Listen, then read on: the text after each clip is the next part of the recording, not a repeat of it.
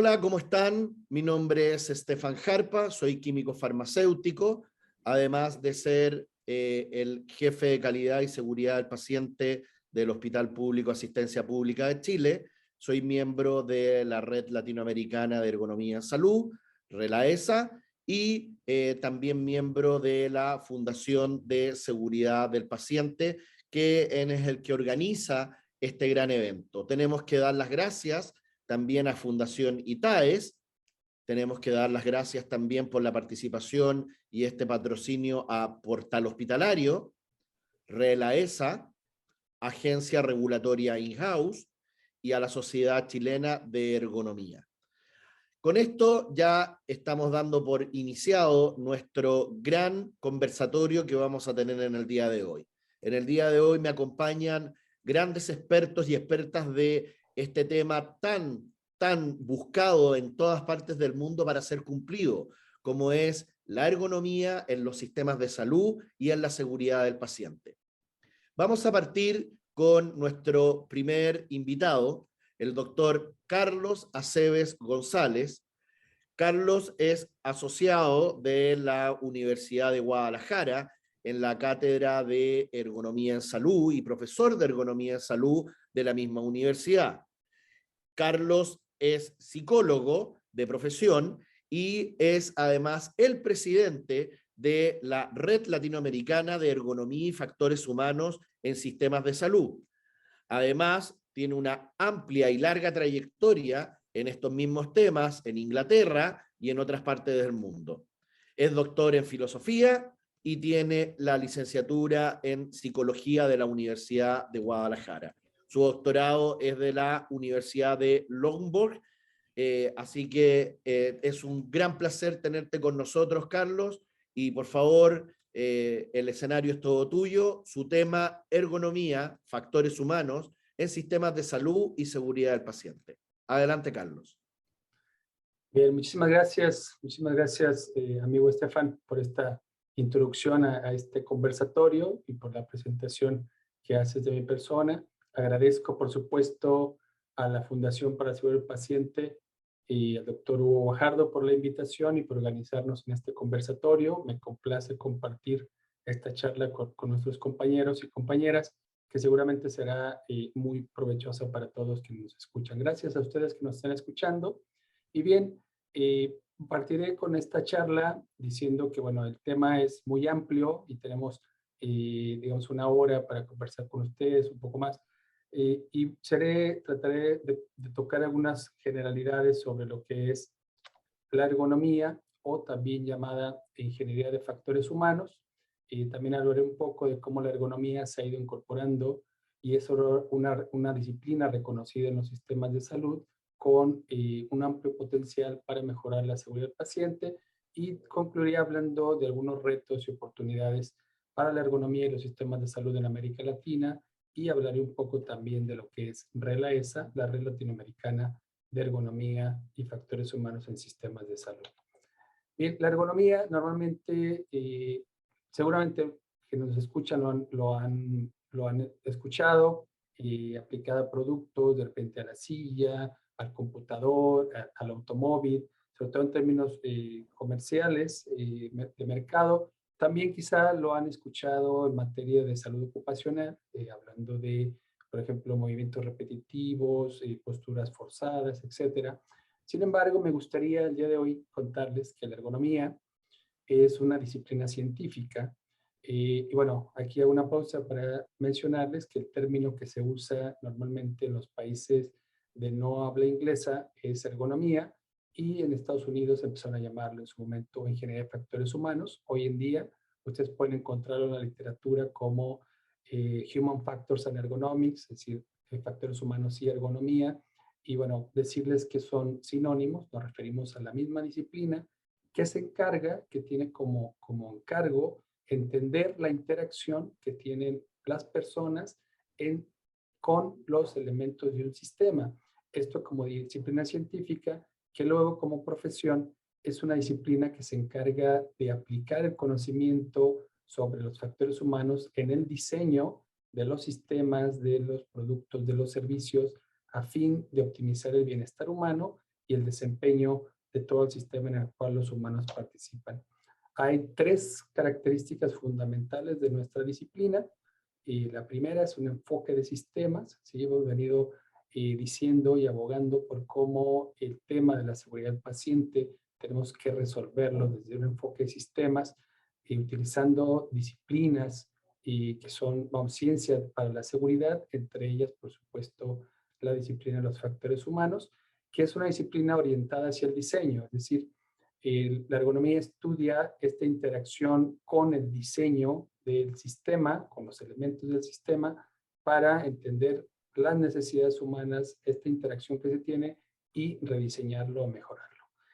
Al aplicar ergonomía, normalmente vamos a tener 2 resultados esperados, que son, uno, mejorar, optimizar el bienestar humano. Si pensamos en sistemas de salud, hablaremos, por ejemplo, de pacientes, pero también de los trabajadores de salud, y con ello, de alguna manera también, mejorar el desempeño del sistema. Tengo una imagen que me encanta mostrar, tomada de una guía de carreras del Charter Institute of Ergonomics and Human Factors, que creo que representa muy bien lo que es nuestra disciplina. Ahí en esa imagen pueden ver ustedes al centro, ¿sí? Porque esto es lo más importante. La ergonomía siempre pone en el centro a las personas, el elemento, el factor más importante de todo el sistema, y las personas con su capacidad de hacer cosas, es decir, su componente físico, de anatomía, antropometría, fuerzas, capacidades físicas, etcétera. Y por otro lado, su componente psicológico, ¿sí? Que tiene que ver con cómo las personas recibimos la información, cómo la procesamos, la almacenamos y damos respuesta. Los seres humanos siempre estamos inmersos, vamos a la zona verde, siempre estamos inmersos en alguna actividad, haciendo alguna cosa. Puede ser en este momento yo estoy hablando, ustedes están escuchando, o bien pueden pensar ustedes en la actividad que realizan en su espacio de trabajo, ya sea usted un enfermero, una enfermera, un médico, no sé, cualquier actividad que usted realice o profesión que tenga, realice actividades ahí. Para hacer nuestras actividades, vamos al recuadro azul, siempre utilizamos equipos, herramientas, y nuestras actividades las desarrollamos dentro de un ambiente. Entonces, digamos que esta interacción de las personas con sus actividades, con el equipo que utiliza, con el ambiente, pero además hay un aro afuera, ¿sí? que encierra todo el círculo, que es el sistema. Vamos. El sistema finalmente es lo que nos interesa estudiar a fin de que actividades, herramientas y ambientes estén diseñados de acuerdo a las características, limitaciones, capacidades de las personas que trabajan en esos sistemas. Entender estas interacciones y diseñar nuestros sistemas con ese entendimiento es lo que Wilson llamaría que es la ergonomía, ¿no? Y por supuesto retomar tanto los elementos físicos, cognitivos y organizacionales. Y aquí una pequeña pausa. Justo charlábamos antes de entrar a la conversación cómo a menudo se habla de la ergonomía y se piensa en la silla, se piensa en el escritorio, en los estantes donde se colocan las cosas. Sin embargo, hay componentes de origen cognitivo, psicológico y organizacional que determinan el funcionamiento de los sistemas. En ese recorrido muy breve sobre qué es ergonomía, les voy a contar un poco cómo la ergonomía ha venido tomando fuerza en los sistemas de salud. Inicialmente, bueno, hay estudios por allá en los 60 con temas de medicación muy interesantes, que por tiempo ahorita no los detallo, pero digamos, son la década de los 80, los 90, en donde la ergonomía comienza a tener más influencia en los sistemas de salud, sobre todo desde el tema de salud ocupacional, por un lado, y el diseño de edificios, pero paulatinamente se fue incorporando el enfoque de sistemas, y fue justo después del año 2000, a raíz de este documento que seguramente muchos de ustedes conocen, de Errar es humano, que la ergonomía y su enfoque de sistemas comienza a ser reconocido como un elemento crítico para la seguridad del paciente, y de ahí vamos a ver en la literatura que se va incrementando. Esto, el año 2000 marca un hito para la disciplina y bueno, para la seguridad del paciente en el mundo. Y por ejemplo, desde el año 2009 primero y 2011 después, la OMS genera este documento que es la guía del currículum para la seguridad del paciente, que la sugerencia es que todo personal de salud, todo personal que tenga algo que ver con los sistemas de salud de los pacientes, deberían llevar esta guía del currículum dentro de sus profesiones. Allí vemos que hay dos, bueno, ahí están los temas que se tocan en esta guía y vemos que el tema 1 es qué es seguridad del paciente, por supuesto es el tema central de la guía, pero luego el tema 2 nos dice la importancia de aplicar los factores humanos, la ciencia de los factores humanos para la seguridad del paciente. Y el tema 3, entender los sistemas y el efecto de la complejidad en el cuidado del paciente también lo tenemos ahí presente. Entonces, digamos que desde entonces ya la OMS venía señalando la importancia de incluir el tema de los factores humanos.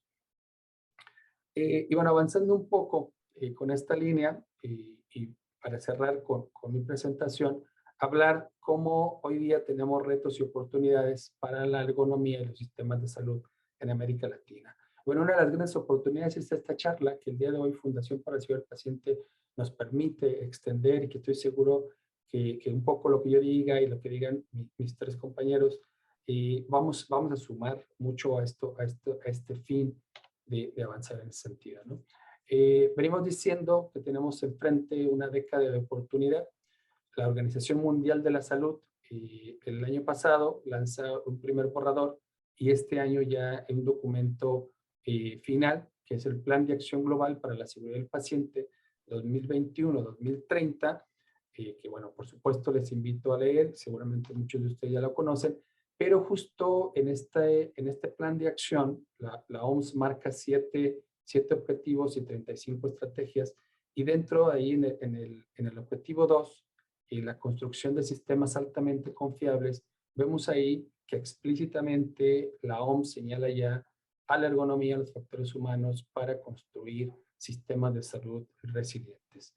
Esto es una gran oportunidad. Hay una serie de acciones que les invitaría a revisar el documento, pero, por ejemplo, se marca que todo personal de salud debe recibir entrenamiento en ergonomía y factores humanos.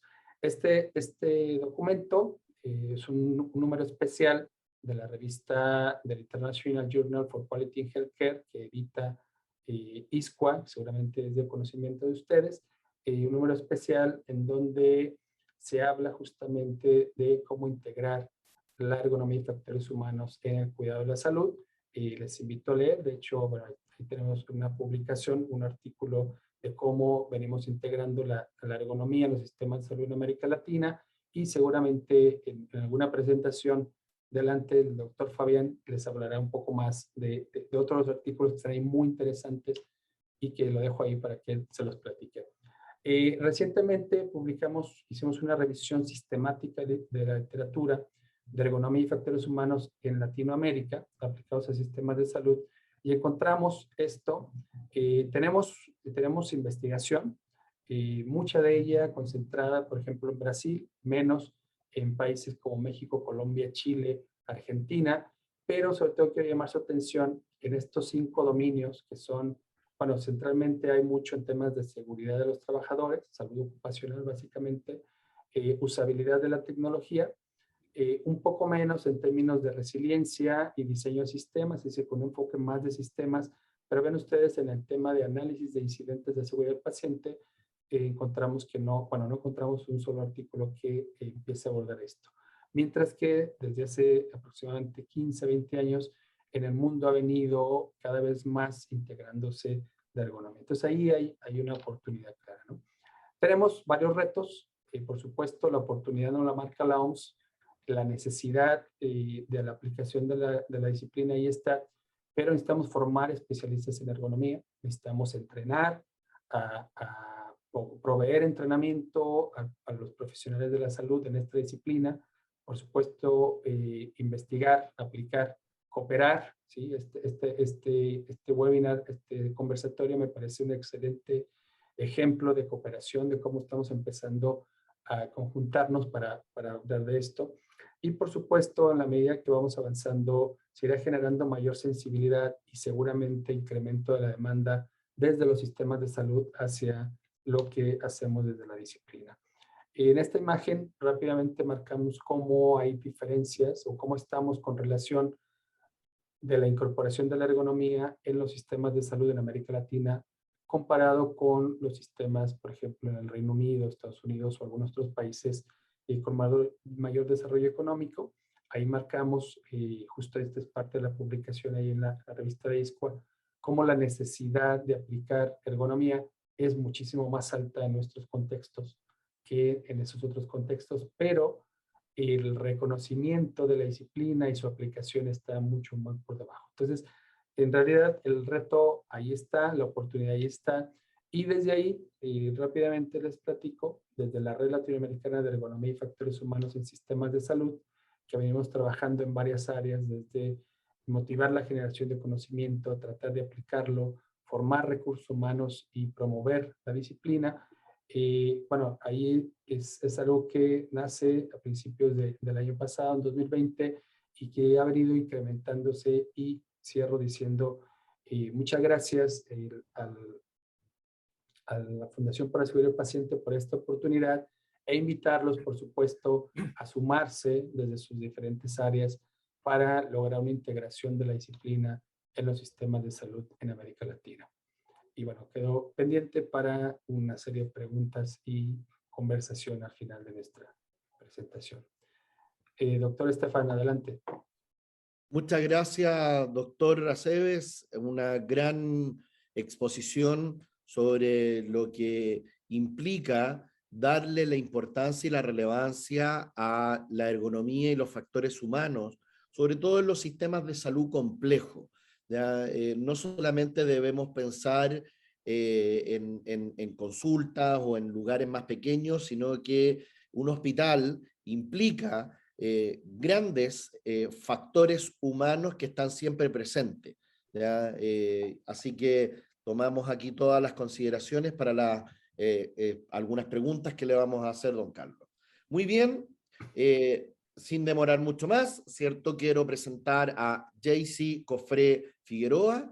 Jaycee es una profesional kinesióloga y además ingeniera en prevención de riesgo, doble título. Jaycee tiene su magíster en la Universidad de Nottingham, es además coach profesional de la Pontificia Universidad Católica de Chile, ingeniera en prevención de riesgo de la Universidad Técnica Federico Santa María, para que ser preciso, ¿ya? Y es diplomada también en salud pública en la Universidad de Chile, así que estamos con una mujer muy, muy competente y con muchísimos pergaminos como para hablarnos hoy día de factores humanos y ergonomía y cómo afecta esto en la seguridad del paciente. Sin lugar a dudas, un aspecto muy importante y que va a servir para realzar este evento. Jaycee hoy día ejerce un rol de superintendente de salud en una minera BHP, y es algo bastante interesante después en la discusión de cómo se enfoca en el mundo privado la preocupación por los factores humanos, la ergonomía y por supuesto la salud y la seguridad de los pacientes. Jaycee, todo tuyo. Muchas gracias, Estefan.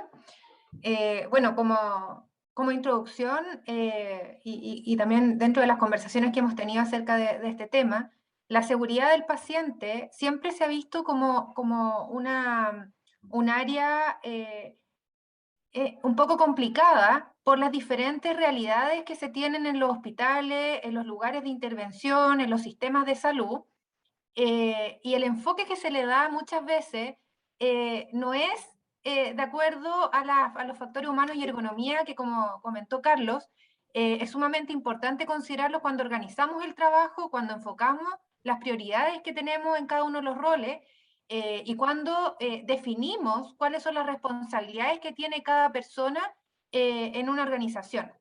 Entonces, por eso que resulta tan importante saber a qué nos referimos finalmente con los factores humanos y ergonomía en el área de salud.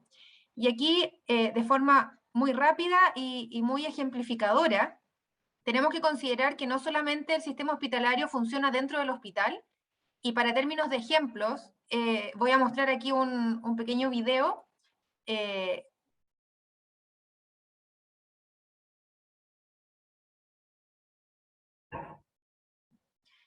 Muy breve, pero aquí podemos ver cómo un impacto o mala organización del trabajo o cuando no consideramos los factores humanos dentro de los roles de las personas pueden gatillar este tipo de resultados y de consecuencias, no solamente dentro del lugar hospitalario, sino que así como acá en una ambulancia que choca con otra, también tenemos efectos fuera del ambiente de salud, fuera del ambiente hospitalario, y esos son los impactos que muchas veces no visualizamos, pero que son bastante importantes.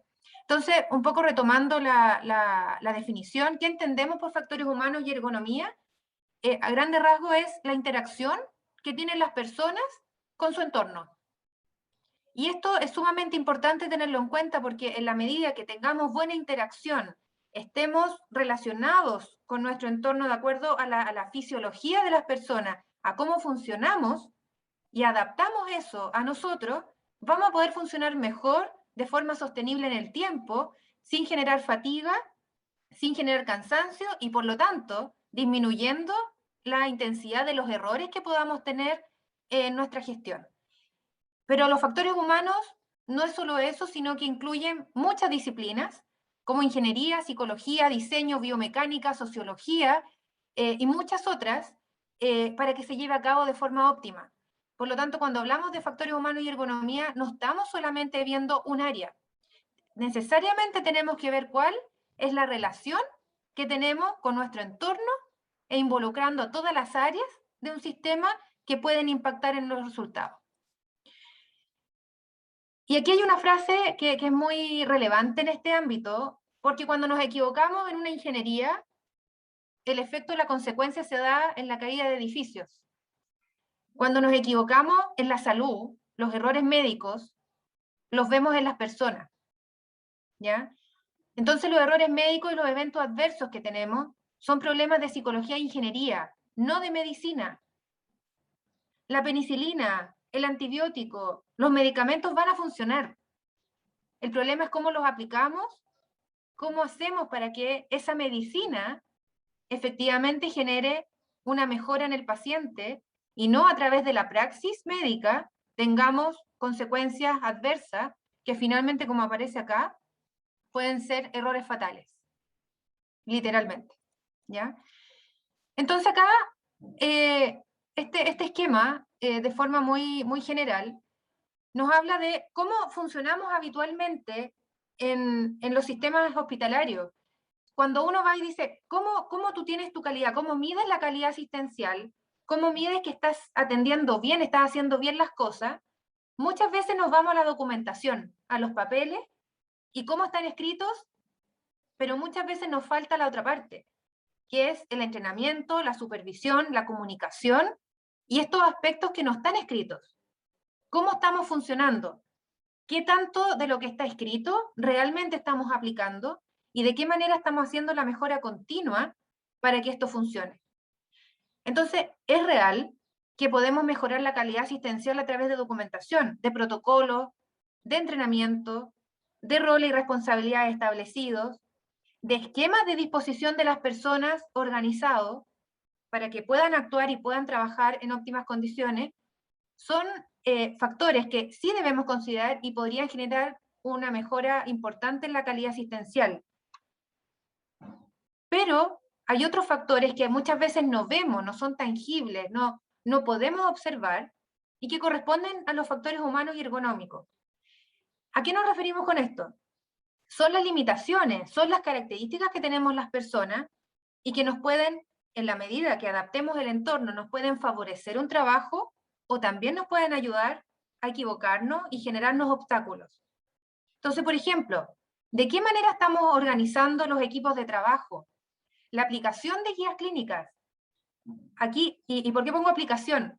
Porque no es hacer las guías clínicas. Las guías clínicas existen, pero ¿cómo las aplicamos? Coordinación explícita e implícita. A veces nos quedamos como, es profesional, debería saber. Pero ¿estamos verificando que efectivamente sepa lo que tiene que hacer o nos quedamos solamente con el supuesto? La comunicación interpersonal, estamos preguntándole al otro cómo se siente. Ahora que estamos en pandemia, hemos visto estresados los sistemas de salud y realmente estamos preguntándole al otro cómo se siente. Memoria. ¿Cuántos ml tiene que poner de cada sustancia, de cada líquido, de cada suero, para poder generar el efecto deseado? Memoria. ¿Estamos en condiciones de tener esa memoria de fácil disposición?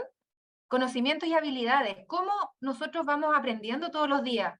Y así tenemos un listado de factores humanos y ergonómicos que nos van apuntando a una mejor praxis y cómo nosotros nos vamos desarrollando de forma óptima y en buenas condiciones. ¿Ya? Y muchas veces estos factores de riesgo que mencionaba Carlos en la presentación, no la tenemos incorporada dentro de los procesos de trabajo y de verificación de calidad de la operación o de cómo estamos ejecutando los trabajos. Entonces, yéndonos al ejemplo mismo, ¿qué pasa aquí cuando vemos un accidente? Cuando vemos una persona que a lo mejor recibió una vacuna equivocada, cuando vemos que en vez de vacuna de COVID recibió una vacuna de influenza, por ejemplo. ¿Qué pasa ahí? La tendencia, y no solamente en Chile, sino que a nivel mundial, la tendencia, cuando no tenemos incorporados los factores humanos y ergonomía, es apuntar a que los conductores, por ejemplo, en este caso el ejemplo, no son aptos. Y apuntamos inmediatamente a la culpa, a la responsabilidad de una persona. Pero cuando estamos haciendo una investigación de un incidente, cuando estamos evaluando cómo se desarrolló la tarea, tenemos que incorporar cuáles fueron los factores humanos y ergonómicos que gatillaron ese accidente, necesariamente. Y ojalá no llegar a ese accidente y poder hacer esta evaluación previo a que ocurra un evento no deseado. ¿Y por qué es tan importante? Porque sabemos cómo ese trabajador, cuántas horas llevaba trabajando, por qué llevaba a lo mejor 36 horas de turno trabajando, es que el compañero salió a cuarentena y todo el equipo de trabajo salió en cuarentena.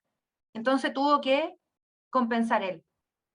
Entonces, ¿es un problema del conductor no apto o es un problema organizacional que no estamos respetando las limitaciones funcionales y fisiológicas de las personas para poder planificar un buen trabajo?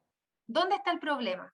Entonces aquí necesariamente tenemos que hay un tema organizacional que no estamos visualizando, que no estamos planificando bien la tarea y que finalmente el más perjudicado es el de primera línea. Entonces cuando decimos los trabajadores se accidentan, probablemente sí, porque son la primera línea. ¿Ya? El médico diagnosticó mal. Sí, pero es que el médico diagnostica, es su labor. ¿Pero qué pasó? ¿Por qué diagnosticó mal? Porque seguramente llevaba una semana haciendo turnos sin dormir, y ya su capacidad, sus limitaciones fisiológicas llegaron a un nivel en que no le permiten funcionar bien. Entonces, es real cuando decimos conductor no apto, profesional no apto, porque puso una vacuna mal, médico no apto, no.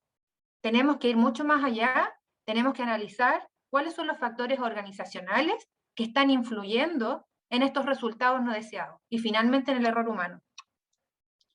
¿Pero por qué se produce el error humano?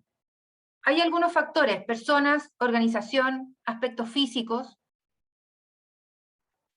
y las personas es lo que más se ve, en las personas finalmente se produce el error. Puede haber un problema en la organización, puede haber un problema en los aspectos físicos, pero ¿dónde se produce el problema? En las personas. Las personas son las que ejecutan la acción. Por lo tanto, ahí se va a producir el error humano, no en otra área. Y dejamos de lado muchas veces en este análisis las otras áreas o los otros pilares de intervención. ¿Y qué necesitamos para disminuir el error humano? Obviamente, organización y aspectos físicos que nos permitan mejorar la gestión, pero las personas necesitamos mejor capacitación, difusión de protocolos, no solamente tenerlos escritos, y no solamente tener una certificación que revisó papeles.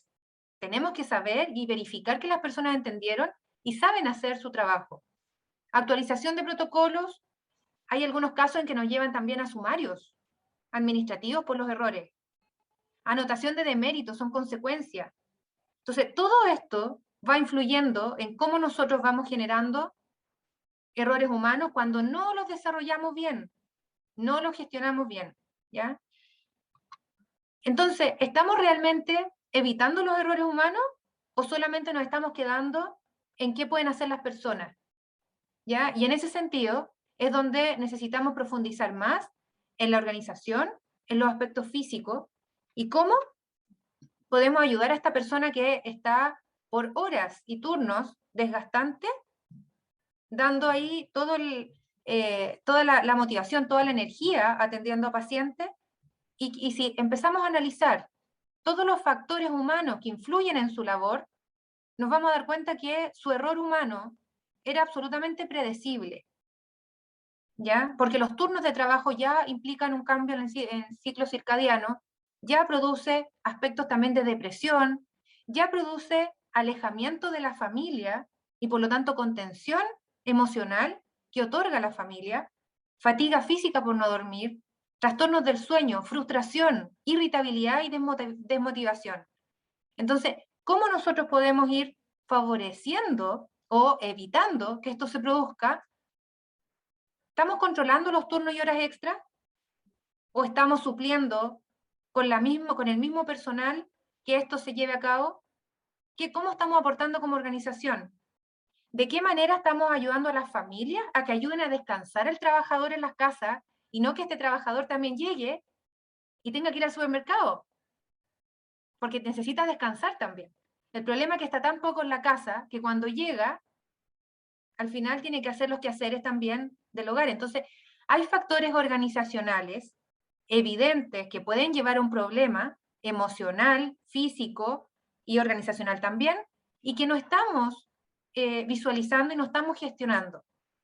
¿Estamos respetando los descansos?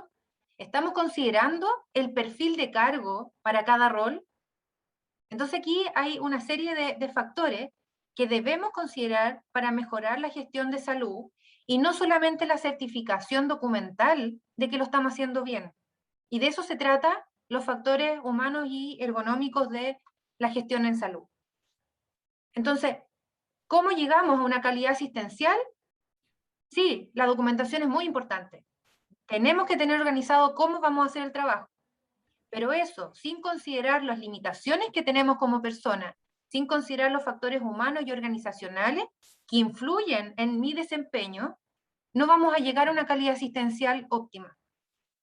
Y ahí es donde se producen los errores humanos y es donde tenemos consecuencias y errores fatales, como les comentaba, que muchas veces son irreversibles.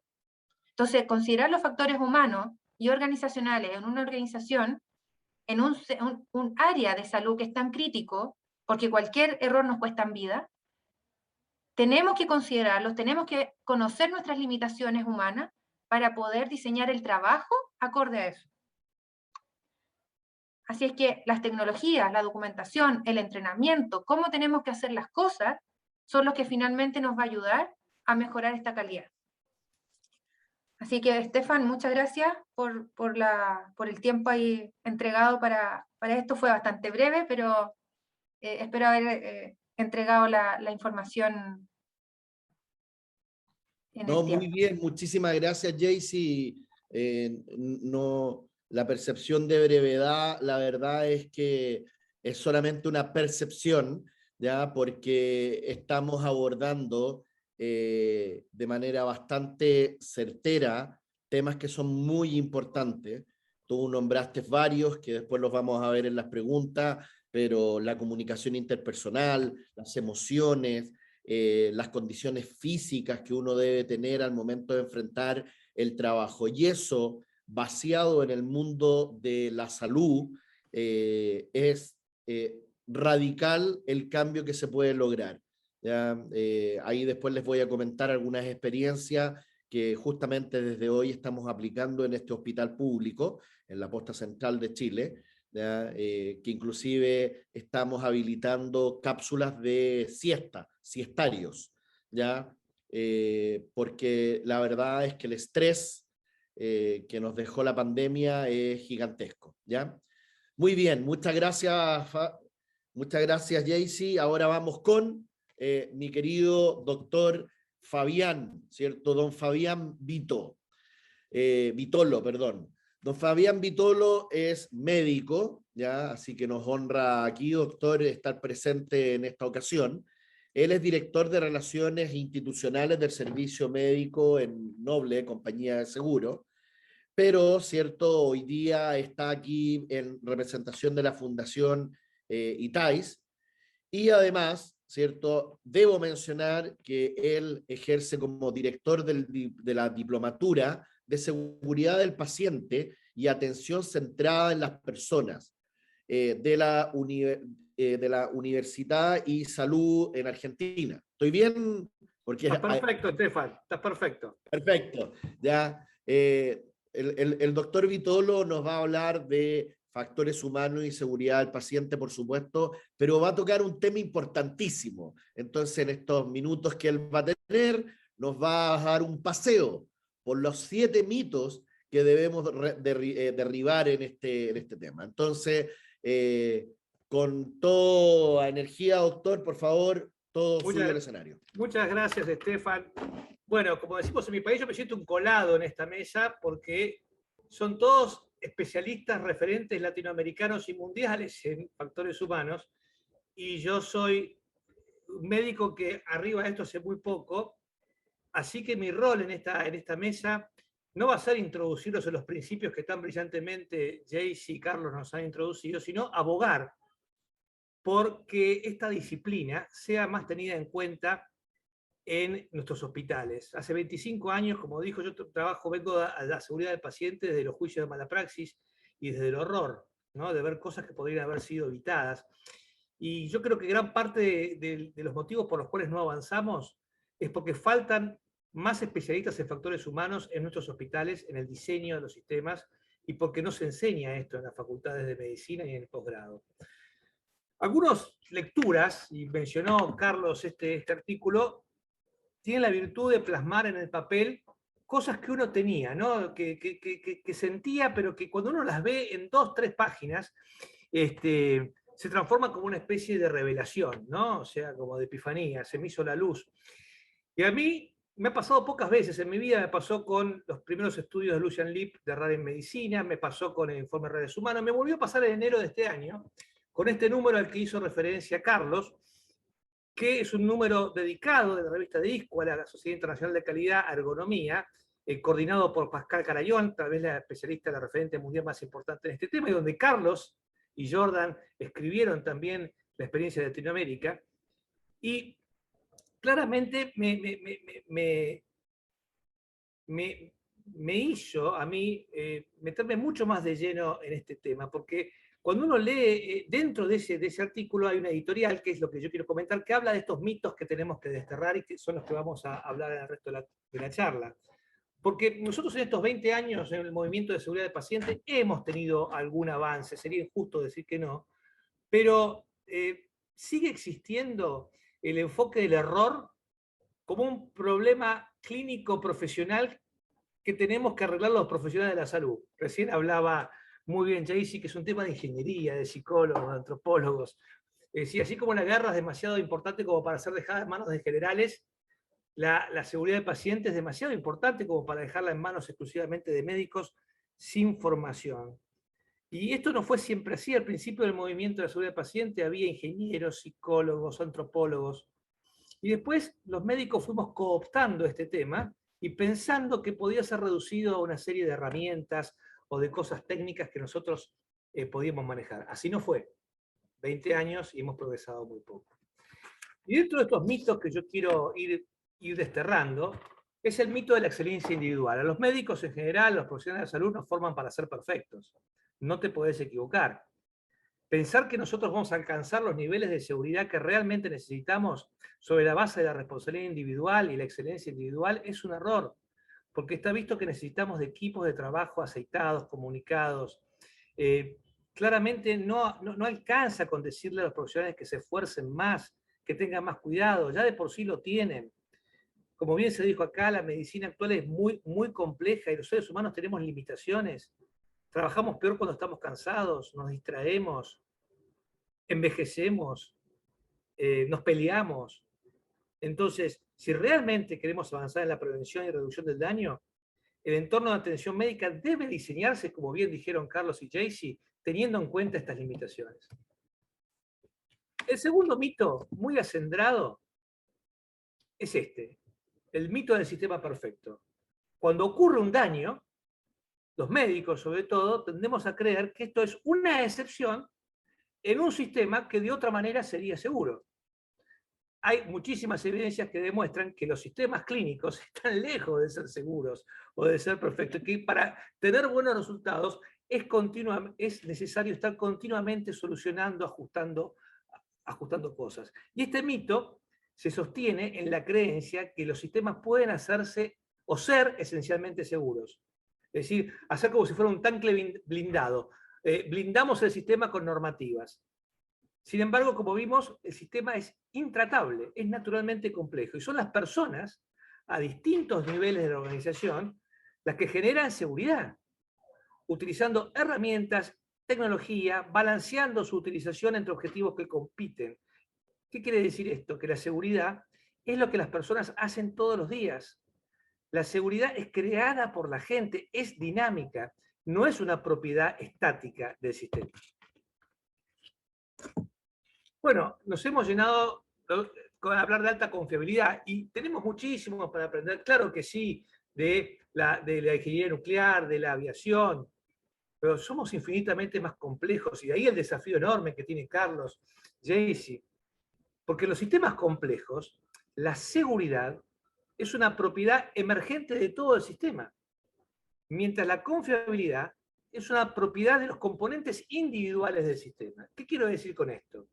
Que cada componente del sistema puede funcionar exactamente como estaba previsto que funcionara, pero las complejas interacciones que mostró hoy Carlos pueden darse en algún momento del tiempo y del espacio que generan un accidente. Y esto fue lo que nos enseñaron grandes accidentes nucleares o el Challenger, donde la gente hizo básicamente lo que hacía siempre y se produjo la catástrofe. Entonces, si bien nosotros tenemos mucho para aprender de la aviación, tengamos en cuenta que un piloto maneja un mismo avión durante muchos años y un médico tiene que ver decenas de pacientes en un día. O sea, la complejidad y el desafío es mucho, mucho más grande. Y si bien la alta confiabilidad o la ultraseguridad puede ser utilizada en sistemas como medicina transfusional, laboratorio en la fase de analítica o radioterapia, estamos lejos de poder alcanzar esa alta confiabilidad en una guardia de emergencias o en un quirófano. Y acá venimos con un problema que arrastramos desde el documento fundacional. Fíjense cómo se tituló el documento que marcó el inicio de trabajo en seguridad del paciente. Errar es humano. Implícitamente, aunque no lo quieran decir, estoy diciendo que los humanos somos parte del problema y no de la solución. Entonces, como siempre van a estar las personas implicadas en accidentes, se ha asumido que limitar el error humano evitaría daños. O sea, el mismo término factores humanos, en el imaginario del no iniciado, digamos, dice, este accidente se debió a un factor humano. Piensen que fue un humano que se equivocó y que hay que arreglar. Entonces, algo lejísimo de la filosofía de factores humanos, que como vimos, está lejos de cargarle las tintas a una sola persona, sino a un sistema y a una interacción. Entonces, claramente esta es una visión que tenemos que desterrar. Bueno, los médicos, la medicina ha trabajado muchísimos años para reducir la variación innecesaria. Y bien que hemos hecho, porque realmente la variabilidad en la atención era demasiada. Ahora bien, hemos endiosado la estandarización y la variabilidad, y la hemos puesto como que es una mala palabra. La variabilidad es mala. Y está claro que está bueno tener estándares para cosas estandarizables, pero cada especialidad, cada situación, cada organización es absolutamente diferente. Entonces, la clave está en estandarizar sabiamente aquello que se pueda estandarizar, eliminar toda la variabilidad innecesaria, pero permitir la variabilidad que sí es tan necesaria para realizar los ajustes todos los días ante situaciones que son siempre cambiantes. La incertidumbre es la norma en los sistemas complejos. Entonces, si yo eliminara todo tipo de variabilidad y la gente solamente cumpliera normas, probablemente evitaría que algunas cosas malas pasen. Pero ¿saben qué? Evitaría que muchas cosas buenas pasen, que son esos ajustes que la gente hace todo el tiempo. Bueno, ustedes saben que el concepto de cero daño está muy hablado, este es un gran libro, menos el título probablemente. pero digamos, está bien tener el cero daño como visión, como filosofía, no normalizar el daño. Pero sepamos que porque yo me amigué con la palabra accidente. ¿Vieron? Si se puede evitar, no es accidente. Pero la verdad es que los accidentes siempre van a ocurrir. Siempre van a estar ahí. Porque las inversiones que tendríamos que hacer para tener realmente cero daño, haría que toda la plata se fuera a prevenir daños y se generarían problemas por otros lados. O sea, uno tiene que tener un margen de la inversión, porque acá hay que negociar inversiones también, entonces tenemos que saber muy bien que tenemos que mejorar claramente, pero que este objetivo, que por supuesto está también en el plan global de la OMS, está bueno que sea algo aspiracional, pero que no va a ser posible alcanzarlo. Que los accidentes siempre van a estar. Y el último mito que yo quiero charlar hoy es el mito del determinismo lineal. Pensar que proceso y resultado están íntimamente relacionados. ¿Qué quiere decir esto? Que yo tuve un resultado bueno, quiere decir que el proceso funcionó y por lo tanto no tengo nada que revisar, y que si el resultado fue malo, quiere decir que el proceso es defectuoso, que tengo que corregir y aboco todo eso para estudiar. Y esto es una falacia, porque muchas cosas pueden tener buen resultado, salir bien, y el proceso ser defectuoso, y la gente haber hecho un montón de correcciones en el proceso, que no me entero, que no me la dicen, para que el resultado fuera definitivamente positivo. Porque cuando yo digo, 1 de cada 10 pacientes que se internan en un hospital sufre un evento adverso, la contracara de esto es que 9 de cada 10 evolucionan bien.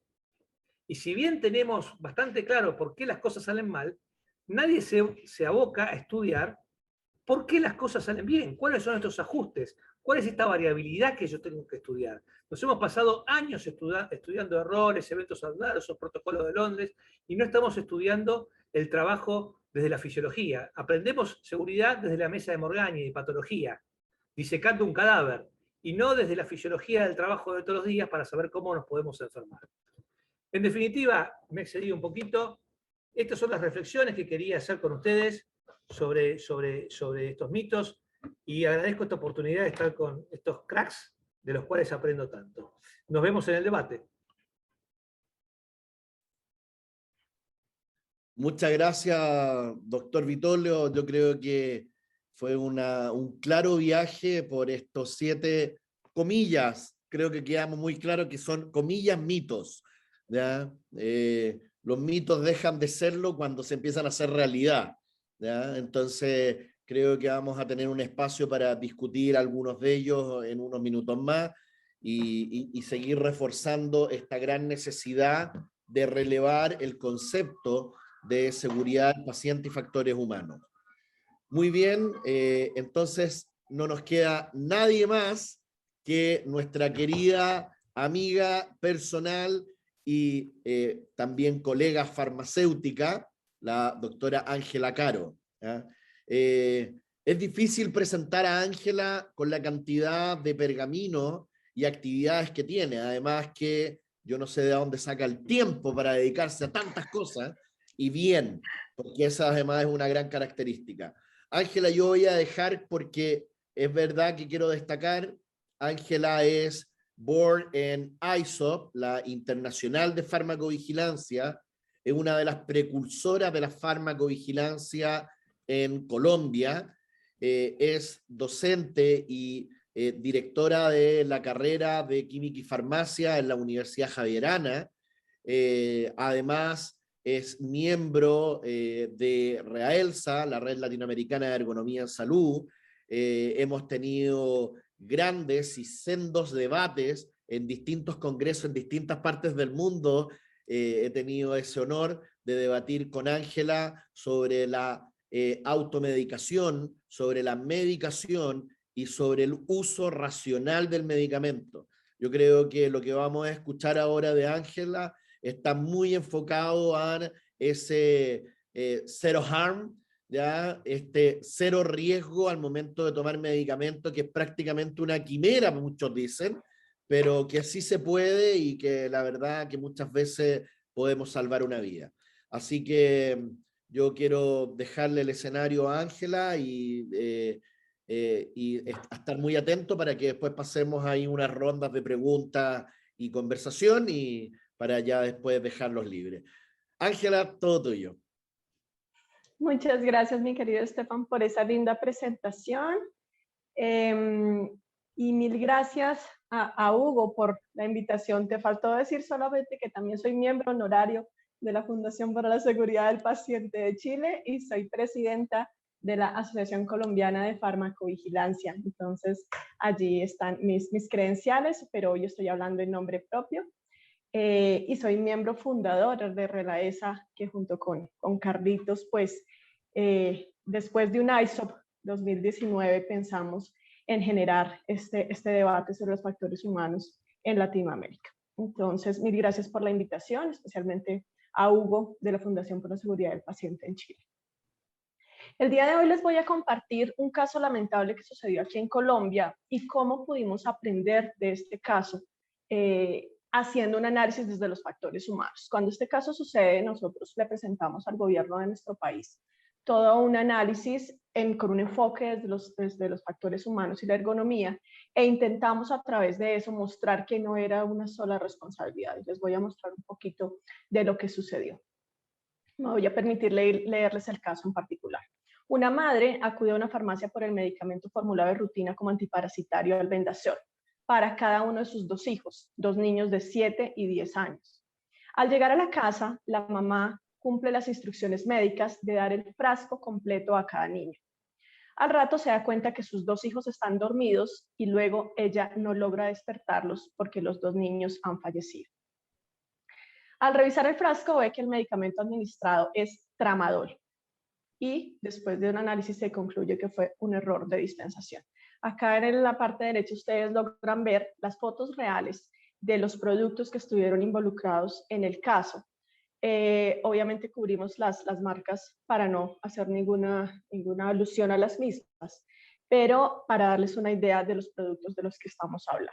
Entonces, cuando nosotros recibimos este caso en la asociación y sale por noticias, digamos que de manera muy desafortunada, un manejo mediático, empiezan las culpabilidades para revisar quién tuvo la culpa del caso, ¿no? Acá realmente lo más importante es buscar un culpable, alguien que sufra las consecuencias de que esto haya sucedido, porque es el colmo que los niños hayan fallecido. Entonces, ¿qué es lo más fácil?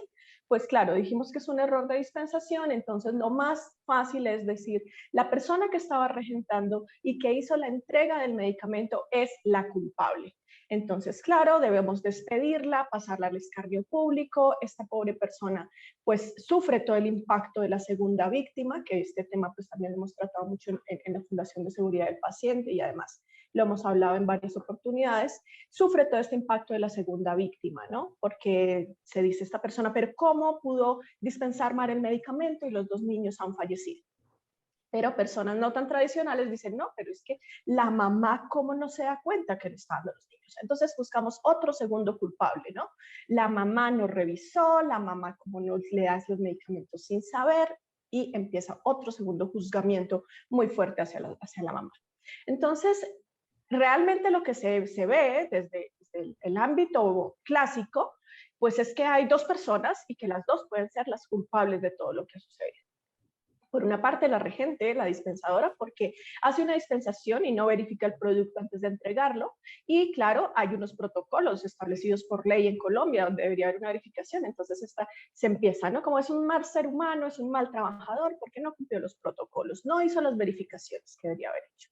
Y por otro lado, pues la madre, ¿no? La mamá no revisó el medicamento, no se lo revisó cuando lo administró. Claro, ¿y por qué la mamá no revisó? No, pues porque tiene un exceso de confianza en el personal farmacéutico, que es quien le da el medicamento. Entonces regresamos a la culpa de la persona que dispensó, pues porque era su obligación, porque ya se sabía, y se libera de la culpa un poco a la mamá. Y además ella no tiene conocimiento. Entonces, miren cómo desde este enfoque clásico, ya encontramos los 2 culpables, juzgamos a la dispensadora, juzgamos a la mamá y todo el mundo queda contento porque, bueno, echamos a la persona del trabajo, ¿verdad? Le decimos, usted ya no puede volver a trabajar acá, y todo el mundo tranquilo, ¿verdad? Y los medios quedan satisfechos, sí, etc. Pero entonces lo que decimos nosotros como Asociación Colombiana de Farmacovigilancia es, espérese un momentico, esto no puede ser tan simple como echamos y despedimos a la señora de su trabajo y ya está. esto tiene que tener un enfoque muchísimo más amplio, ¿no? Y llevamos todo nuestro enfoque de factores contributivos y el cuadro que tenemos acá, el diagrama de Yorkshire, que por lo menos es lo que nosotros como asociación hemos venido implementando y hemos venido llamando la atención sobre cómo se debería revisar un caso de estos. Allí aparecen unos elementos que en el otro tipo de análisis pues por ningún lado estaban, ¿no? Como por ejemplo la cultura de seguridad del paciente. Hasta dónde tenemos como país y pues por supuesto como región una cultura real de seguridad del paciente. Hasta dónde hablamos de estos temas, hasta dónde decimos que los medicamentos son un problema de salud pública cuando los utilizamos mal, por un lado. Por otro lado, todo el sistema de comunicación. Entonces, ¿cómo era la comunicación desde el prescriptor, el dispensador, realmente la usuaria o la persona que es la cuidadora de estos niños? ¿Cómo nos estamos comunicando con la industria farmacéutica, con el usuario que está allí al final del uso del medicamento? Ahora, tenemos también el contexto de unas políticas, de las políticas exteriores, de las políticas generales de nuestro gobierno. Está establecido que es una prioridad la seguridad del paciente, que es una prioridad el uso adecuado de los medicamentos, que los medicamentos tienen un riesgo. Y así podríamos ir pasando por cada uno de estos ítems y podríamos ir dándonos cuenta que hay múltiples factores contributivos adicionales al hecho del simple error de la dispensación, ¿no? ¿Cómo era la supervisión de esta persona? ¿Qué carga de trabajo tenía esta persona? ¿Cuáles eran los factores de estos usuarios, del paciente, de la madre, en sus conocimientos, en lo que estaban experimentando en su proceso salud-enfermedad? Teníamos, por ejemplo, como estaba diciendo Jaycee hace un rato y me encantó su presentación, los protocolos podrían estar muy bien establecidos allí, pero bueno, ¿y se estaban cumpliendo? ¿Y en qué momento nos dimos cuenta que eso no se cumplía? ¿Y por qué no se cumplía? Toda esa información pues fue lo que nosotros analizamos como asociación. Pero aparte de eso, no nos quedamos únicamente en la persona que dispensa y la persona usuaria.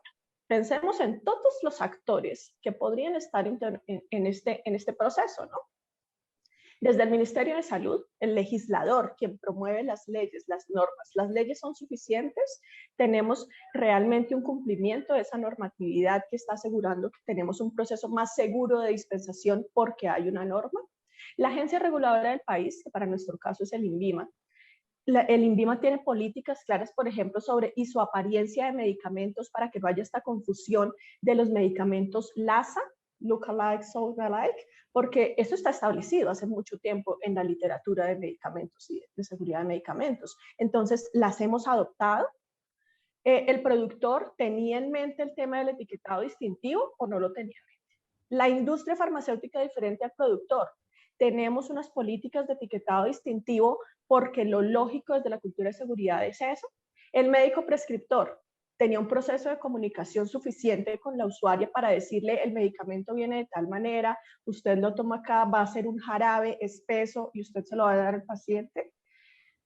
Y allí, bueno, vienen otra cantidad de actores. Siempre, y yo desde mi lado, también de equidad de género, el boom mediático se fue contra la madre de los menores que le dio el medicamento. Bueno, ¿y dónde estaba el padre de los menores? Porque también es un cuidador, ¿no? Entendería uno. Entonces, ¿por qué todo ese juzgamiento hacia la actuación de la madre y dónde estaba el padre? Perfecto. Ahora si hablamos de las universidades, que también es un nicho que a mí me toca como directora de carrera de Javeriana. Las universidades, ¿estamos hablando de este tema? ¿Estamos hablando de seguridad del paciente? ¿Estamos hablando de factores humanos? Carlos lo estaba nombrando y afortunadamente ya está explícito que debemos hacerlo, pero lo estamos haciendo, se han implementado en el currículum temas de factores humanos y de seguridad del paciente. Y ahí voy a aprovechar para contarles que me encantó lo que decía Fabián sobre esta responsabilidad de los médicos de dioses, ¿no? De superhéroes, de poderlo todo. Cuando yo dictaba en medicina, octavo semestre, el tema de seguridad del paciente, mi primera frase con ellos, siendo farmacéutica además, era: por amor a Dios, ustedes no se hagan responsables de absolutamente todo. Ustedes tienen un equipo de trabajo, tienen enfermeras, farmacéuticos, todos como equipo de trabajo podemos ayudar a filtrar sus errores porque ustedes se van a equivocar. Y Dios quiera que el día de mañana, si ustedes se equivocan, alguien les filtre su error. Y les decía también, por favor, si alguien les dice que están equivocados, denle las gracias. Y piensen que les pueden estar salvando de un problema súper grave que les puede llevar a la cárcel. Entonces, bueno, ¿las universidades estamos haciendo nuestra labor? No lo sé. ¿Otros profesionales de la salud, aparte del prescriptor? Las asociaciones de pacientes están en su labor. Podemos incluir, por ejemplo, los colegios sobre un uso seguro de medicamentos, y no solamente el uso seguro de medicamentos en comunidad. Tenemos realmente una alfabetización sanitaria sobre lo que implica el cuidado de la salud, el autocuidado, la responsabilidad en términos de salud, en ser vigilantes de todos los procesos de salud cuando nos comportamos como pacientes, y todos los otros actores que ustedes puedan seguir verificar. Entonces, desde esa mirada mucho más grande, ya vamos a encontrar que los factores contributivos que están allí para cada actor es diferente, no es la señora y la otra señora, no, esto es mucho más grande. Si nos vamos, por ejemplo, a la agencia regulatoria, tenemos unas políticas claras en el manejo de medicamentos de alto riesgo. En Colombia tenemos, sí, y digamos que hay un gran avance y se ha trabajado hace mucho tiempo en temas de seguridad del paciente, afortunadamente. Y hay unos lineamientos de medicamentos de alto riesgo. Sin embargo, estas políticas no necesariamente llegan al dispensador final. Entonces, esas políticas deberían estar mucho más claras. Teníamos que hay un medicamento que no tenía sello de seguridad y además tiene una isoapariencia. Entonces, la agencia reguladora tiene alguna acción que se pueda desarrollar desde allí, pudiera generar alguna acción desde allí. Tenemos un empaque que pudiera ser inadecuado. ¿Cómo es ese proceso de comunicación entre el fabricante y quien está recibiendo la información? Y se le ha solicitado, por ejemplo, el cambio para la isoapariencia a otros titulares, a otros productores de medicamentos. La empresa dispensadora, por supuesto, ¿cómo fue ese proceso en la supervisión, en la recepción y el almacenamiento del medicamento?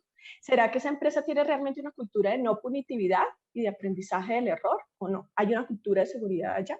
Ese medicamento podría no estar identificado, no estaba identificado con un medicamento LASA y podía estar almacenado cerca al otro que era muy parecido. Entonces, ¿qué podemos trabajar desde allí? Para el fabricante, ya les contaba, los procesos comunicativos adecuados con el paciente, y me va a tomar 2 minutos para explicarles eso más adelante. En los otros fabricantes, sí tenemos esa promoción de la cultura de etiquetado distintivo y la comunicación del riesgo. En el prescriptor, la falla con la comunicación y la educación al paciente. Y la academia y las sociedades científicas.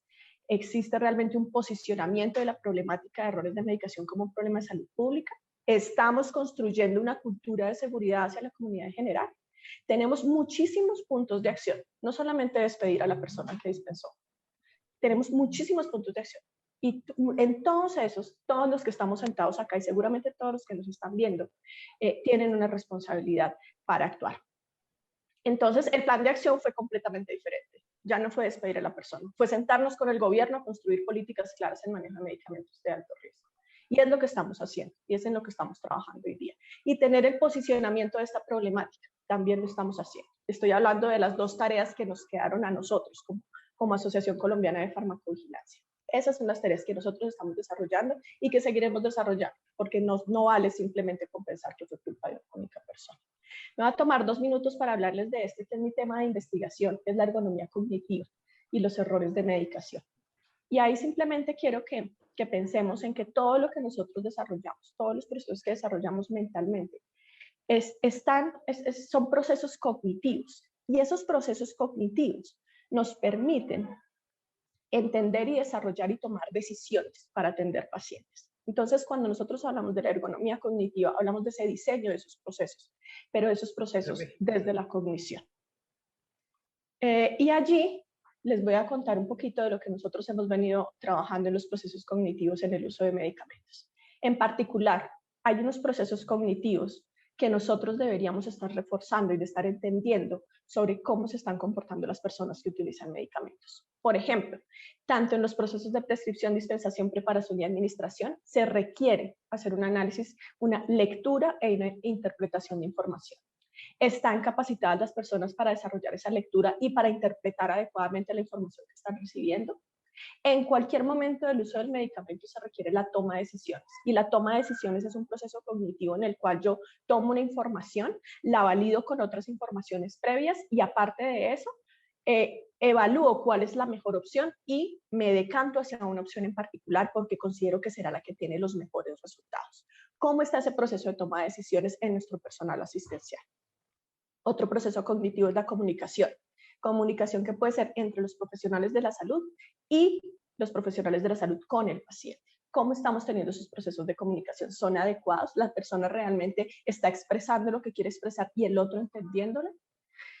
El aprendizaje es otro proceso cognitivo, y en ese proceso cognitivo deberíamos estar tomando esas herramientas de lo que va sucediendo en el día a día y realmente tener un proceso de aprendizaje, que fue, digamos, la parte más importante de mi investigación en este tema, que fue el proceso metacognitivo. ¿Cómo sé que realmente estoy aprendiendo de un error de medicación? El uso de la memoria. ¿Realmente estoy acudiendo a una información que es valiosa? ¿La estoy trayendo al momento real y la estoy utilizando para tomar decisiones? Y lo más importante de todos los procesos cognitivos, la generación de nuevos conocimientos. ¿Cómo estamos haciendo para generar nuevos conocimientos de todo lo que sucede? ¿Realmente lo estamos aplicando o no? Solamente algunas preguntas que les dejo por allí. Termino con esta frase que sé que a Estefan le gusta mucho y creo que el resto de la mesa también. Estamos promoviendo mucho en la Asociación Colombiana de Farmacovigilancia esta frase que nos salió de repente en una conversación con Paola Rodríguez, y es que no es culpa de nadie, pero es responsabilidad de todos. Y deberíamos trabajar en el tema de la responsabilidad libre de culpa, porque la culpa, por definición, en la culpa es un sentimiento en el que yo me siento incapaz, en el que yo me siento mal, me siento que me equivoqué, una mala persona, y la culpa no le sirve a nadie. Mientras que la responsabilidad, en la responsabilidad viene de responder. Yo debo responder a lo que sucedió, debo ser consecuente, debo brindar en ese orden de ideas, hacer todo lo posible para que eso no se repita. Esa es la responsabilidad. Entonces no es culpa de nadie, pero es la responsabilidad de todos, y de todos los que estamos acá seguramente tenemos algo que hacer con esta problemática. Quiero darles las gracias, les dejo mis redes sociales, mil gracias nuevamente a todos por escucharnos, a la mesa tan maravillosa que nos correspondió el día de hoy para poder debatir, y creo que Estefan, nos vamos ya a las preguntas. Muchísimas gracias, Ángela, como siempre, profundizando aún más estos conceptos que deben entrarnos, pero a fuego. El cuidado en el uso de medicamentos va a generar sin lugar a duda, una condición de vida hacia los pacientes. Es común lo que vemos los que trabajamos en hospitales o hemos trabajado con pacientes y que trabajamos con pacientes, ver la gran cantidad de errores de medicación, y no solamente desde el punto de vista de la farmacovigilancia o del efecto adverso, sino que factores humanos, ¿ya? Y tal cual dice Ángela, ¿cierto? La gran frase Rodríguez Caro es una frase que hoy día se acuña no solamente en una conversación, sino que se acuña en distintos lugares, inclusive en algunos hospitales de nuestro amado país Chile, ¿ya? En donde yo hice pero lo pedí prestado, dejémoslo en pedirlo prestado, ¿ya? Y la verdad es que ha sido un éxito, ¿ya? Bien, ¿cierto? Para no alargar más esto, yo tengo algunas preguntas, ¿ya? Que me gustaría plantearlas.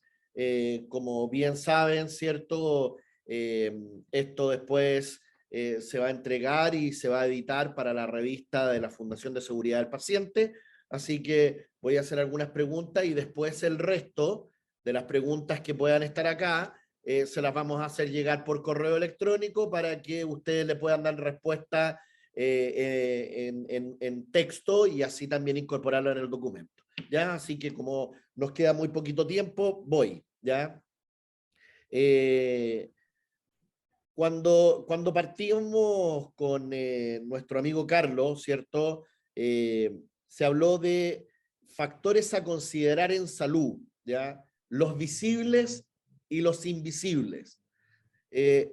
¿Tú consideras, Carlos, que estos factores invisibles son los que nos están provocando mayor cantidad de eventos que tenemos que lamentar con muerte, sobre todo desde el punto de vista sanitario, desde el punto de vista salud?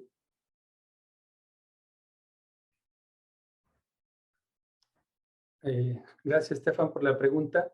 Sí, yo creo que me gustó mucho todas las presentaciones del doctor Fabián, la maestra Jaycee, la maestra Ángela.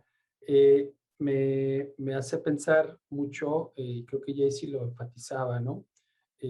luego nos centramos mucho en la parte de lo que se ve, en la parte de la persona, y pensamos buscar ahí culpables o de repente algunos aspectos físicos, pero sobre todo en la parte menos tangible, ¿sí? Que es la organización de trabajo, la manera en cómo nos comunicamos, cómo supervisamos. Creo que ahí hay una gran cantidad de elementos por revisar.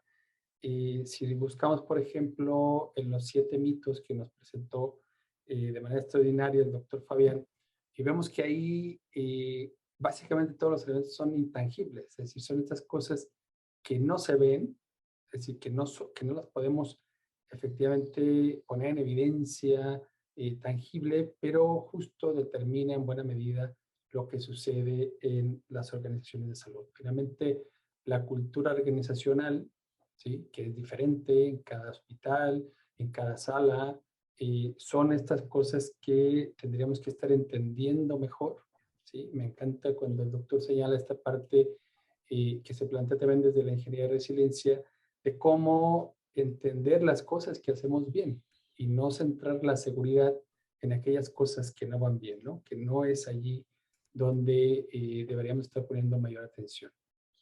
Estefan. Muchas gracias. Me quedo contigo y la segunda pregunta, ¿cómo ves la integración de múltiples profesionales, multiestamentales, para impactar en los resultados de una organización desde el punto de vista seguridad del paciente? Absolutamente necesaria.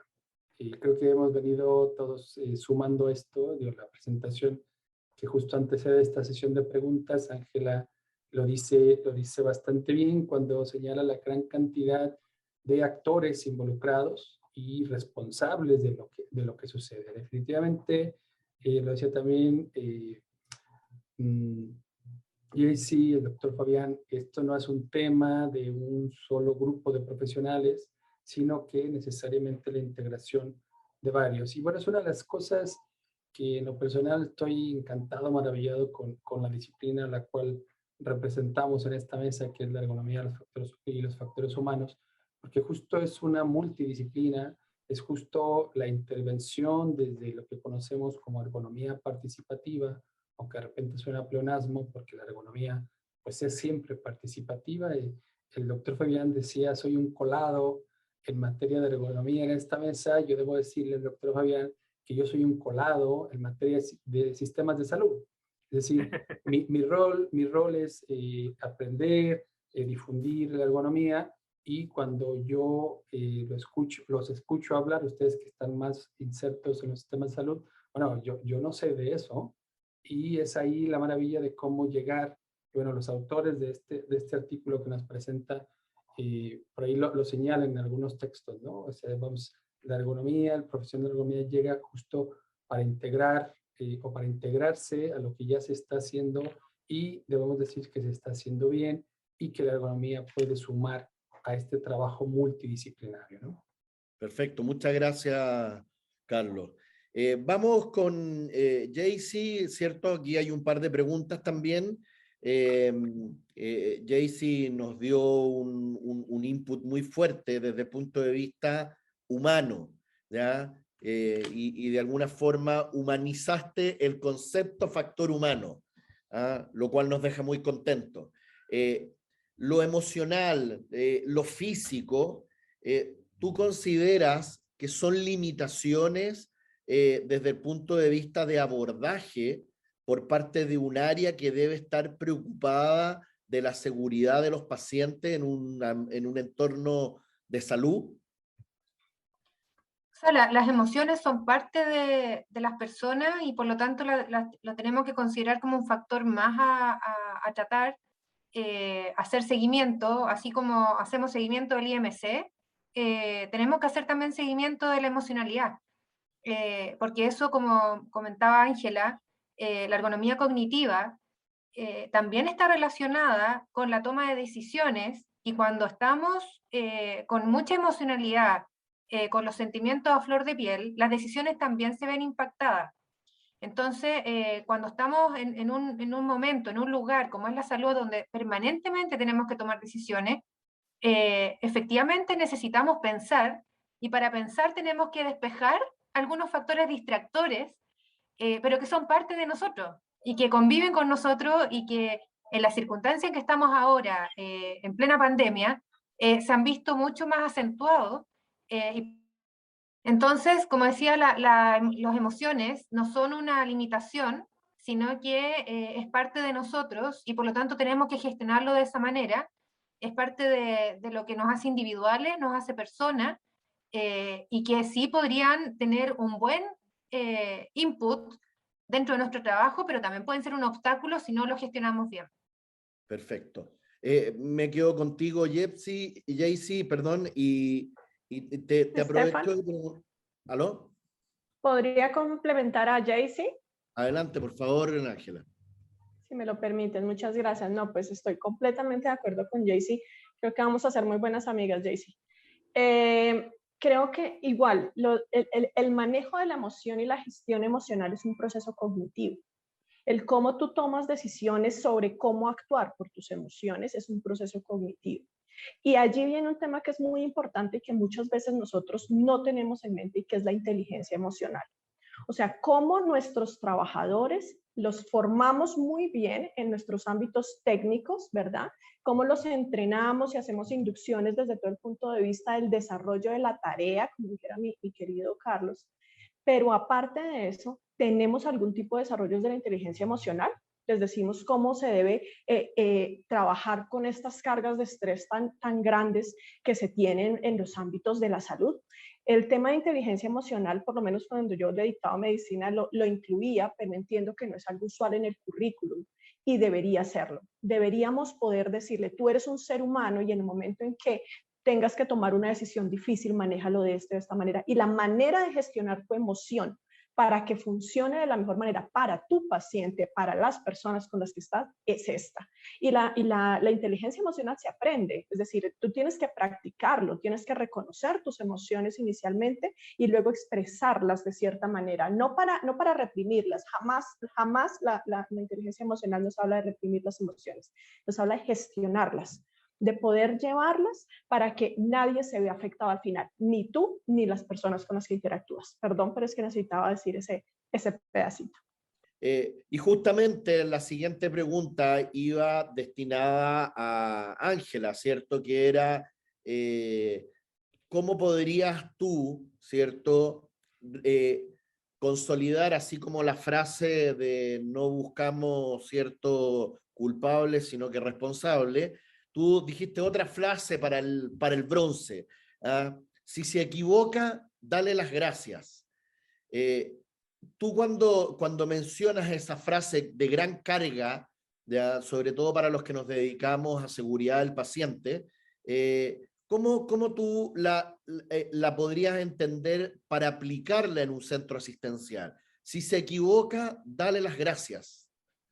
Sí, mira, Estefan, yo hago referencia a lo siguiente. Cuando una persona está en un ambiente asistencial y un médico se equivoca y la enfermera le llama la atención frente a eso, te dice, oye, te estás equivocando. Usualmente la reacción que tenemos todos, porque todos somos seres humanos, es negarnos a que nos están diciendo que estamos errados, negarnos a aceptar nuestras propias debilidades y negar nuestra ignorancia y negar nuestra humanidad, por decirlo de alguna manera. Entonces mi comentario va más hacia, soy un ser humano, me voy a equivocar. Si tú te das cuenta que me estoy equivocando, yo te agradezco que me lo digas. Te agradezco por el hecho de que tú te estás preocupando por lo que va a pasar conmigo de ahí en adelante, ¿sí? Porque es que cuando nosotros pensamos que nos las sabemos todas es cuando más errores tenemos, ¿sí? Yo recuerdo muchas experiencias. Yo trabajé en hospital durante 7 años analizando eventos por medicamentos y por dispositivos médicos. Por estas manitas pasaron fácilmente 4.000 eventos adversos a medicamentos y a dispositivos con el análisis respectivo. Y muchas veces las personas decían, yo no sabía que me estaba equivocando. Yo me enteré al final cuando el paciente ya tuvo el daño. Entonces, es entender que tenemos una humanidad y como humanidad nos vamos a equivocar y que por tanto es importante tener filtros, tener personas que están allí diciéndonos, que están revisando nuestros procesos. La gran mayoría de nosotros trabajamos porque nos nace, porque tenemos un sentido de servicio, porque queremos ayudar al paciente. Nadie lo hace pues por hacerle daño al paciente, ni mucho menos. Entonces, es cómo logramos entre todos protegernos, y protegernos en muchos sentidos, protegernos porque un problema que tenga yo con un paciente va a derivar en que me quiten mi tarjeta profesional y yo me vaya para la cárcel. Entonces, si estamos como equipo de trabajo todos unidos, pues es mucho menos probable que caiga la responsabilidad en una sola persona, ¿sí? Y si todos filtramos los errores de todos, pues nos va a ir mucho mejor entre nosotros. Ángela, contigo también, ¿cierto? El pensamiento sistémico, que también muchas veces lo hemos discutido ahí con Carlos, ya en Raelsa y en otros lugares. ¿Tú crees que se alinea con estos conceptos de ergonomía cognitiva, de buscar, ¿cierto?, la responsabilidad más que las culpas? ¿Tú ves que el thinking system está inserto en este concepto que tú nos pones hoy día? Completamente, completamente, Stefan. De hecho, pues creo que dentro de los análisis que nosotros hemos realizado, ese sistema complejo, esas interacciones múltiples, que yo me guío más por el tema cognitivo, pero sin lugar a dudas, pues están todas las físicas y demás. Pero ese sistema complejo es el que nos hace que no tengamos resultados reproducibles al final con los pacientes. ¿Sí? Entonces, ese sistema complejo, esas múltiples interacciones que van variando con el tiempo, y lo explicaban muy bien tanto Jaycee como Fabián y también Carlos, esas múltiples interacciones lo que van a hacer es que los resultados al final varíen demasiado, porque ningún paciente es igual a otro, ningún turno en un hospital es igual a otro, en ningún servicio asistencial nunca van a ser iguales. Por lo tanto, lo que tenemos que estar es preparados para la incertidumbre y trabajar con la incertidumbre, es decir, diría yo, gozarnos la incertidumbre, ¿no? Como estar en ese ambiente, saber que tengo opciones para responder a esa situación que se me está planteando. Por eso Fabián era muy enfático, sí, estandariza y muy chévere, pero ¿y toda la variabilidad qué? ¿Sí? Es de esa variabilidad es donde está el expertise en el que debemos trabajar con todos nuestros colaboradores en los sistemas de salud, para que ellos sepan cómo responder. Y ese cómo responder era lo que decíamos, es la toma de decisiones que como proceso cognitivo debe estar muy bien implementada. Muchas gracias, Ángela. Fabián, voy contigo ahora, ¿cierto? No menos importante, te dejé al final. Hay una gran pregunta, ya que porque tú hiciste esta navegada por estos 7 factores, ¿ya? Y son factores que principalmente a todos nos impactan de alguna forma. Y se habla de mitos, ¿ya? Y la primera pregunta es, el mito del determinismo lineal, si podrías abordarlo a lo mejor con una mirada como la que hemos visto hoy día, desde el punto de vista de la seguridad en el ambiente del trabajo, la seguridad en el aspecto de los medicamentos, la seguridad en la ergonomía. ¿Cómo podemos ver este 7º mito, ya, del determinismo lineal? Y si en breves palabras nos los puedes explicar y contextualizar. Esto tiene que ver con lo que Hollnagel habla de la tiranía de la causalidad. Desde que el hombre es hombre, ha querido buscar las causas de los fenómenos. Y una cosa es estar seguro y otra cosa es sentirse seguro. Cuando el hombre primitivo había grandes terremotos y catástrofes naturales, buscaba la causa. ¿Cuál es la causa? Los dioses están enojados. Al encontrar la causa, la solución es hagamos sacrificios humanos. Se quedan tranquilos. Encontré la solución a este problema. Después vino toda la revolución mecánica. ¿Cuál es la causa? La causa es la falla mecánica. Después vino la teoría de la organización. La falla es falla de cultura, etcétera, etcétera. Los tipos de causas han cambiado, pero siempre estamos presos de pensar que nosotros vamos a poder encontrar las causas, raíces profundas de un sistema complejo. Porque esto de pensar que todo es causal, que las cosas ocurren tipo el efecto dominó que se hablaba antes, o incluso los agujeros del queso suizo, cerremos los agujeros, no dejan de estar presos de esa tiranía. Las cosas son mucho más complejas de lo que parecen, y de ahí la importancia de la ergonomía. De ahí la importancia de la ergonomía. Porque, como dije, los accidentes no son causales, sino son emergentes. Son fenómenos muchas veces transitorios, emergentes, que ocurrieron una vez en el espacio y en el tiempo, y que va a ser muy difícil que se vuelvan a repetir. A eso me estoy refiriendo con el determinismo lineal, o la no necesidad de estudiar las cosas que funcionan bien. O sea, imagínense que si nosotros vamos a estudiar seguridad de situaciones en donde no hubo seguridad, es muy difícil. Porque realmente,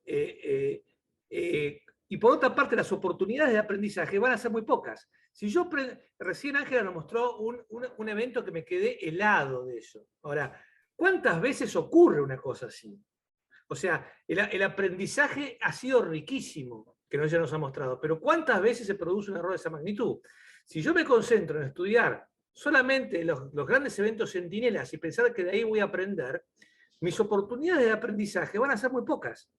En cambio, si yo me concentro en estudiar cómo trabajamos todos los días y cómo interactuamos todos los días, mis oportunidades van a ser mucho más fáciles de estudiarlas. No sé si me expliqué. No, perfecto, Fabián, ya, y te lo agradezco muchísimo.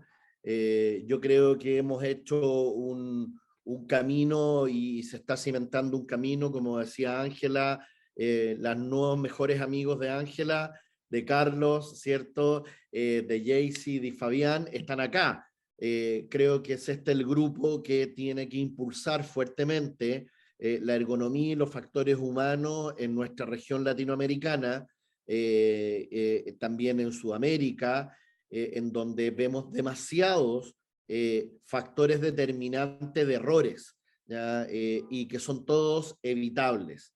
Más que perseguir el cero error, debemos de minimizar la brecha. Y hay acciones muy simples que todos ustedes aplican a diario, ¿ya? Y eso es hacer las cosas bien.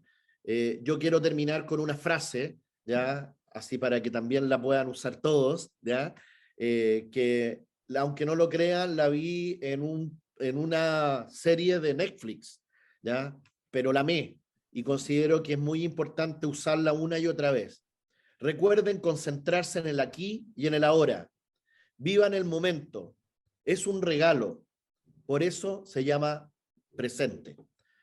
Les quiero agradecer todo el tiempo. Voy a pasarles por correo las preguntas que también nos van a seguir llegando y que tenemos acá, ¿ya? Y en función del tiempo, un fuerte abrazo, un agradecimiento.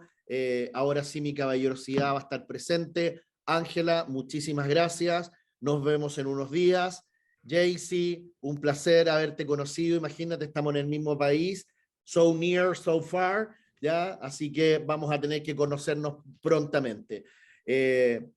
Doctor, ¿qué más decirle? Que estamos a un pedazo de cielo, tierra y nieve de poder vernos, y ya como la pandemia está terminando en nuestra región, ya soy muy optimista al decir esto y me hago cargo, ya ten por seguro que te voy a ir a ver a Argentina apenas podamos cruzar la frontera.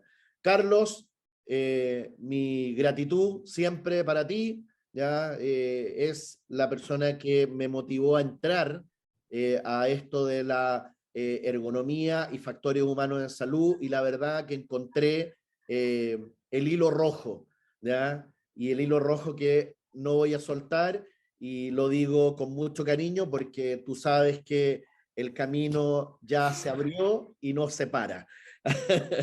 No nos vamos a detener. Así que también nos vemos en unos días, Carlos, por allá en Estados Unidos. Doctor. Bien, estimados amigos, y para los que aún estamos acá, quisiera presentarles en pantalla al doctor Fabián Vítolo, quien va a tener la gentileza de contestar dos preguntas que nos hizo el doctor Mario Sandoval. La primera es, ¿cuántas horas deberían trabajar los equipos de salud para evitar el error? Se observan en Chile al menos muchos turnos de 24 e incluso 48 horas continuas y nadie regula eso. Y la segunda pregunta es, el diagnóstico de por qué erramos está claro. Lo conocemos desde la formación como médicos. ¿Sabemos las razones de por qué no le hacemos caso a la fisiología? Estimado amigo Fabián. No te escucho. Estaba muteado, perdón. Alex, ¿cómo estás? Qué gusto verte. La primera pregunta tiene que ver con la discrecionalidad propia de la formación médica, fundamentalmente. Los médicos, al menos en Argentina, son muy autorregulados. O sea, la autonomía, o sea, no tenemos las regulaciones que tienen otras profesiones. Ustedes fíjense que en cualquier lugar del mundo, un piloto, por ejemplo, de línea aérea, en un vuelo de cabotaje, no puede volar más de 8 horas. Un transporte de larga distancia, un chofer de camiones o de transporte colectivo, no puede manejar más de 12 horas. Un operario de planta nuclear no puede manejar, estar en la planta más de 12 horas. La única regulación que existe es más o menos para los residentes. A partir del caso Libby Zion en Estados Unidos, un residente hoy en Estados Unidos, a partir de una muerte de una chica de 18 años por un mal manejo de medicación, agotados, cansados, hoy los residentes en Estados Unidos no pueden trabajar más de 80 horas por semana, que igual es mucho. En Argentina también hay una regulación con respecto a residentes. Los residentes tienen regulación horaria que no es más de 80 horas por semana, no pueden hacer 2 guardias seguidas, pero son los únicos que tienen regulación. El resto de los médicos no, los enfermeros no. Muchas veces para hacer en Argentina por lo menos existe el pluriempleo, van de un lado a otro, estuvieron de guardia 24 horas, continúan operando en otro.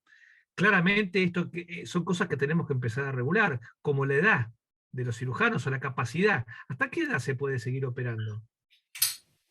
Digamos, no es un tema de edad, sino a partir de un cirujano de 75 años, ¿tiene que hacer cada tanto evaluación psicomotriz y cognitiva, por ejemplo, como cualquiera que va a renovar el registro?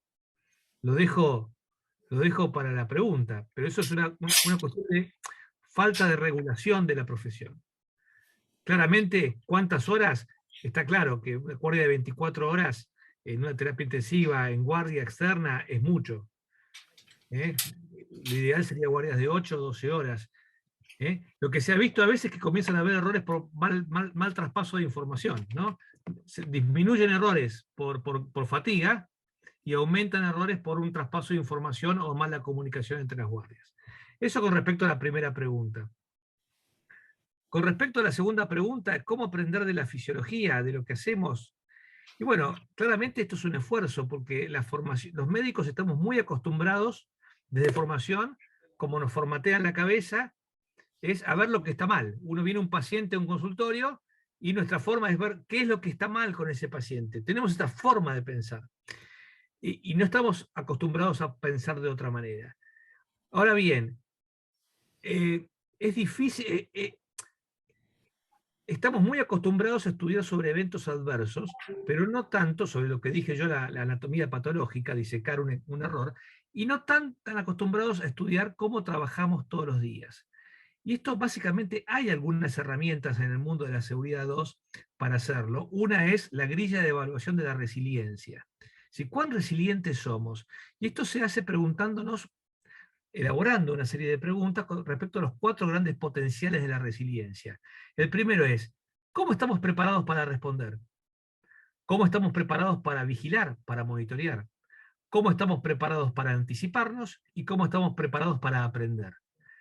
Cuando uno evalúa todo eso, se da cuenta cuán resiliente es una persona y está comenzando a aprender de la forma en la que trabajamos todos los días y no tanto de los errores.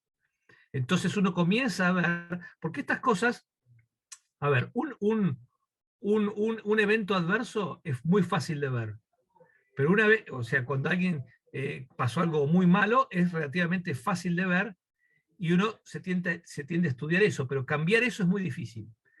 En cambio, ver cómo trabajamos todos los días, por ahí es más difícil de darse cuenta. Pero una vez que uno quiere corregir algo, es mucho más fácil, porque se adapta a las cosas que hacemos todos los días y a la forma real de trabajar, del trabajo como se hace y no del trabajo como está escrito. No sé si me expliqué, pudo haber sonado un poquito confuso, pero da para más largo. Muchas gracias, Fabián. Bien, Ángela, Caro, ¿estás por ahí, Ángela? Hola Hugo, estoy sin cámara, pero cuéntame si puedo ser No, no. de acá desde la voz. Quería simplemente una vez más agradecerte y por favor, si tuvieras concedernos el gran honor de despedir este extraordinario webinar. No, Hugo, a ti agradecerte por toda la coordinación. De verdad que fue un placer trabajar con estos grandes. Fabián, qué rico poder interactuar. Carlos, Jaycee, bueno, y el gran Estefan que nos sirvió ahí de moderador. Fue realmente un placer. De corazón espero que las personas que nos estén escuchando les sea útil la información. Y pues nada, un beso grandote y nos vemos el próximo 17. Ok, muchas gracias, Ángela. Y bien, amigos, una vez más, muchas gracias a Estefan Harpa, moderador, Carlos Aceves, Red Latinoamericana de Ergonomía, Fabián Vítolo, Fundación ITAS Argentina, Ángela Caro, Reaesa Colombia, Universidad Javeriana, y Jaycee Cofré de la Sociedad Chilena de Ergonomía. Muchas gracias a todos y obviamente a nuestro portal hospitalario en un trabajo silencioso, constante, fraterno y amistoso. Gracias a todos ellos por hacer posible este webinar. Un abrazo y nos vemos el próximo 17 a las 7.